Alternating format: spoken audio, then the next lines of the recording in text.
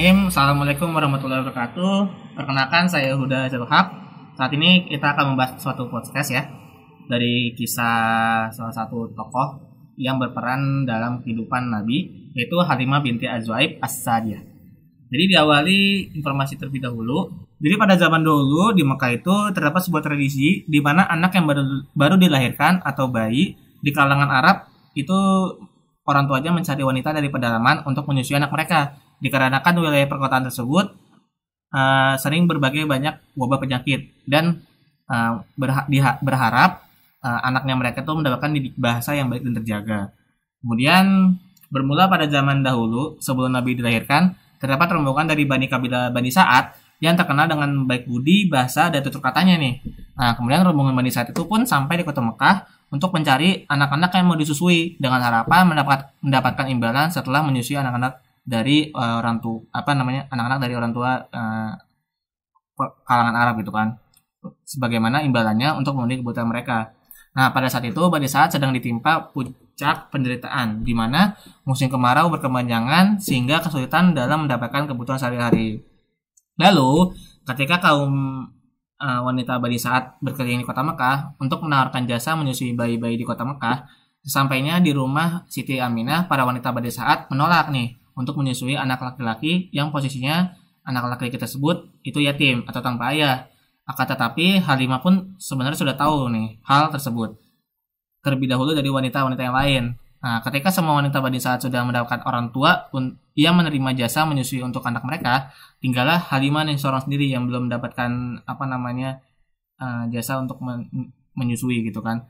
Sehingga Halimah itu meminta izin kepada suaminya untuk menerima anak dari Siti Aminah untuk disusui. Sehingga Halimah pun datang dan menawarkan jasanya. Dan Siti Aminah setuju untuk menitipkan anak laki-lakinya kepada Halimah.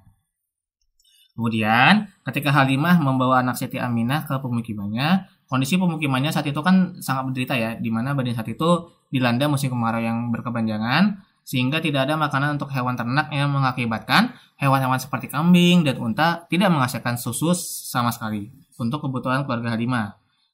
Sehingga kan kondisi keluarga Halimah sangat memprihatinkan lah ya pokoknya. Nah, kemudian ketika sampai di rumah, Halimah memangku anak Siti Aminah dan langsung menyusui anak tersebut. Dan ternyata air susunya keluar sedemikian derasnya, yang awalnya tidak ada karena kondisinya kelaparan kan. Nah, akhirnya anak dari Siti Aminah meminum air susunya Halimah sepuas-puasnya, kemudian bergilir menyusui untuk anaknya sehingga anaknya dapat tidur dengan tenang karena sudah tidak lapar dan tidak haus lagi. Nah, beberapa saat kemudian suami Halimah mendatangi unta betinanya yang sudah lama tidak menghasilkan susu karena kan kondisinya kurus kering gitu kan. Nah, alangkah terkejutnya, unta tersebut menghasilkan banyak susu sehingga dapat diminum oleh keluarganya dan malam itu keluarga Halimah dapat tidur dengan tenang dan nyenyak karena kondisinya sudah tidak kelaparan lagi gitu kan. Keesokan harinya, suami Halimah mengatakan bahwa anak tersebut, dia berbicara gitu kan kepada Halimah, bahwa anak tersebut benar-benar membawa keberkahan untuk keluarga mereka. Kemudian Halimah dan wanita Bani Sa'ad lainnya melakukan perjalanan ke Mekah dengan menunggangi keledai. Nah, kondisi keledai tersebut saat itu sangat kurus nih karena kemarau yang berkepanjangan. Maka tetapi keledai Halimah melaju dengan cepat dan meninggalkan teman-teman Halimah lainnya. Sehingga teman-temannya merasa heran dengan kondisi hewan dan keluarganya Halimah yang telah berubah drastis gitu kan. Yang tadinya kesulitan sekarang kelihatan seger gitu lah gitu. Nah, sewaktu Halimah pergi ke Mekah, kondisi hewan kambing Halimah sangat kurus kering kan.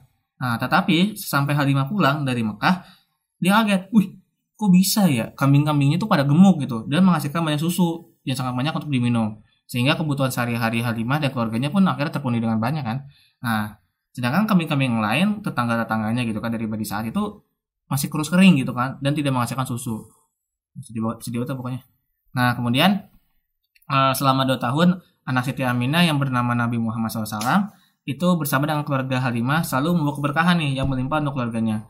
Nah, Muhammad itu telah tumbuh dengan sangat cepat dan badannya tegap serta kuat, tidak seperti anak sebaya dengannya. Jadi lebih besar gitu kan daripada anak-anak yang sebayanya gitu. Nah, kemudian Halimah membawa Nabi Muhammad ke Mekah untuk dikembalikan ke Siti Aminah karena kan umurnya tuh sudah cukup untuk dikembalikan gitu. Akan tetapi Halimah merasa berat banget nih untuk meninggalkan Nabi Muhammad dan ingin lebih lama bersama dengan Nabi Muhammad. Nah, dia memikir bagaimana caranya agar Siti Aminah itu membiarkan Halimah merawat Nabi Muhammad lebih lama lagi. Akhirnya Halimah melakukan himbauan kepada Siti Aminah untuk memberinya waktu mendidik Nabi Muhammad SAW lebih lama. Akhirnya pun Siti Aminah setuju kan, karena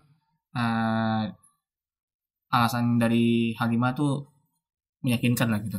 Nah, tuh senang banget tuh Halimah mendengar hal tersebut dan membawa kembali Nabi Muhammad ke pemukimannya.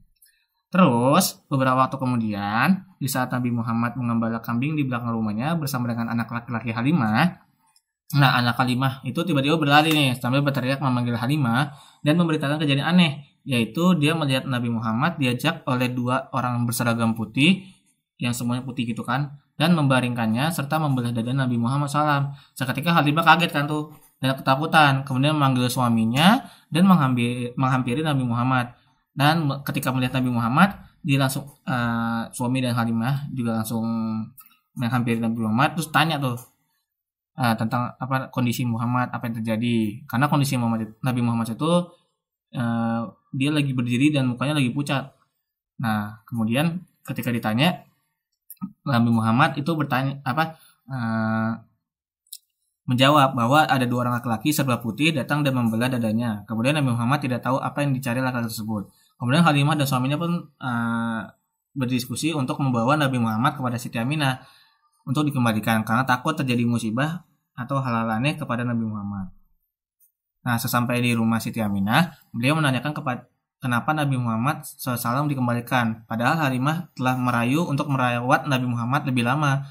Dan akhirnya Halimah menceritakan kejadian tersebut dan memberitahu bahwa Nabi Muhammad diganggu oleh setan. Akan tetapi Siti Aminah menentangnya dan menceritakan ketika Nabi Muhammad SAW masih dalam kandungan, dia mendapatkan berbagai keajaiban diantaranya. Dia bermimpi melihat cahaya terang benderang keluar dari istana Bushrah di negeri Syam dan merasa tidak pernah berat ketika Nabi Muhammad SAW di dalam kandungannya. Jadi merasa lebih enteng daripada ibu-ibu yang lain ketika mengandung suatu bayi gitu kan.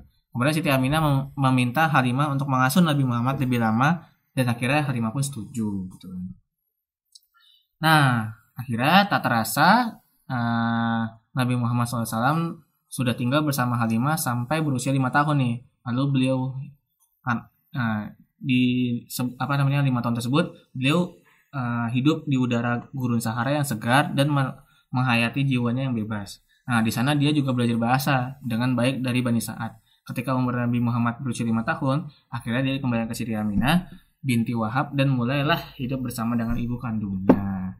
Jadi itulah sedikit kisah ya, podcast terkait Halimah binti Az-Zuhaib As-Sa'diyah, di mana sosok yang sangat berperan dari Sirah Nabawi, yang yaitu ibu yang wanita yang menyusui Nabi Muhammad dari kecil.